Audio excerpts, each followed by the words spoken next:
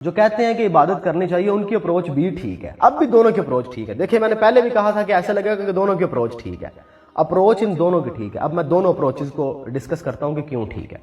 وہ جو کہتے ہیں کہ عبادت نہیں کرنی چاہیے کیونکہ وہ ایک پلان ہے جو پورا ایگزیکیوٹ ہونے کے لیے اتر آیا، بس ٹھیک ہے، وہ تو ایسے ہی ایگزیکیوٹ ہونا ہے کیونکہ اللہ کا پلان ہے، وہ تھوڑی بدل سکتا ہے۔ دوسرے جو عبادات والے ہیں ان کے پیچھے بھی سب کانشیس دماغ کے اندر ایک پلان چل رہا ہوتا ہے۔ دیکھیں اللہ کے پلان نے بدل نہیں جانا، وہ پورے کا پورا پلان ایگزیکیوٹ ہو کے آپ کے سامنے آ گیا۔ اگر آپ گوڈ اورینٹڈ ہو کے سوچیں، پھر اب آپ ہو کے سوچیں ایک بندے اور اسے سوچیں ایک مہربان رب کے طور پہ، پھر آپ کہیں گے کہ وہ بڑا رحمان رحیم اور کریم ہے۔ آپ کے ذہن میں دو جملے ضرور آئیں گے، ان اللہ علی کل شیء قدیر، وہ ہر شے پہ قادر ہے، ہر شے پہ قادر ہے۔ اگر وہ گنہگار بندوں کو معاف کر دے، آپ اس کا کیا کر لیں گے؟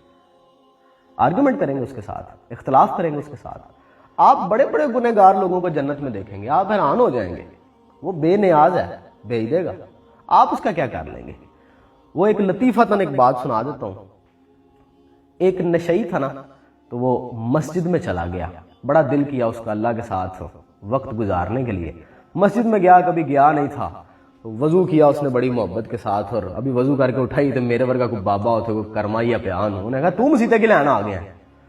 نشئی نے کیا انجن دیکھ کے بابا نے انہیں ہونے نال ہی سرن مرن لگ پے ہیں، مرچاں تے تینوں ادو لگن گیا جدوں تو میں جنت وچ ویکھے گا۔ یعنی کہ اس کا اتنا اللہ کی ذات کے اوپر ایک مثبت اور محبت بڑا خیال تھا، تو وہ بے نیاز ہے۔ جب آپ اسے دیکھتے ہیں نا بے نیازی کے عالم میں، ان اللہ علی کل شیء قدیر کے عالم میں، پھر آپ نے پڑھا ہوگا کہ صدقات دینے سے بلائیں ٹلتی ہیں، آزمائشیں ٹل جاتی ہیں۔ دعا تقدیر میں استثنا ہے۔ اگر ایک تقدیر لکھی آ گئی ہے، پورے سال کا پلان آ گیا ہے، آپ اسے کہہ دیں یا اللہ اسے بدل دے، ہم تیرے بندے نہیں ہیں، ہم تجھ سے محبت کرتے ہیں، بدل دے یار اسے، آپ کو کیا لگتا ہے وہ بدل نہیں سکتا؟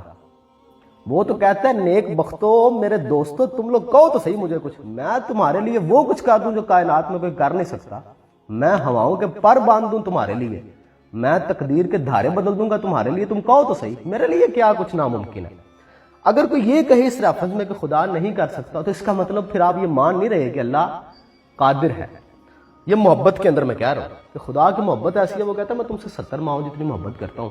اگر تقدیر کے اندر اس پورے پلیٹ فارم کے اندر اس پورے پلان نے جو ایگزیکیوٹ ہونا ہے اس کے اندر تمہارے لیے کوئی آزمائش ہے، کوئی مشکل ہے، آپ اس کا ترلا منت کر لیں، کہیں کہ یا اللہ نہیں مجھ سے نہیں ہونا یار، اسے بدل دے پلیز، دعا کر لیں، کسی کو کھانا کھلا دیں، کوئی صدقہ و خیرات کر دیں، اس کے لیے کیا مشکل ہے، وہ بدل دے گا۔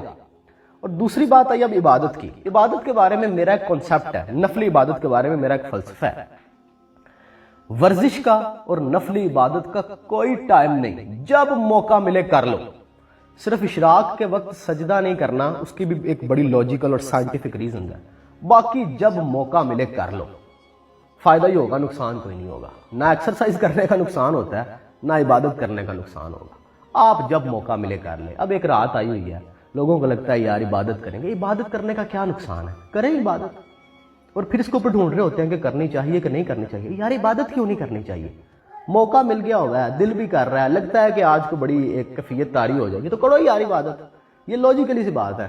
اور باقی یہ ہے کہ آپ اس کے پیچھے جو نیات ہیں، آپ جو کنسیپٹ رکھے ہوئے ہیں، وہ مہربان ہے، کیا وہ نہیں کر سکتا؟ اگر ایسا نہیں بھی ہے، میں کہتا ہوں وہ جو پمفلٹس کے اوپر لکھا ہوا ہے، اگر ویسا نہیں بھی ہے، کیا وہ اللہ الصمد نہیں، وہ بے نیاز نہیں، وہ قادر مطلق نہیں، وہ ہر شے پہ قادر نہیں؟ آپ اس کے بندے بن کے کہیں تو صحیح کہ یا اللہ میں نے یہ کیا ہے، تو اس کے بدلے میں یہ کر دے، پلیز کر دے، ترلا مار کے تو دیکھو یارو کر دے گا۔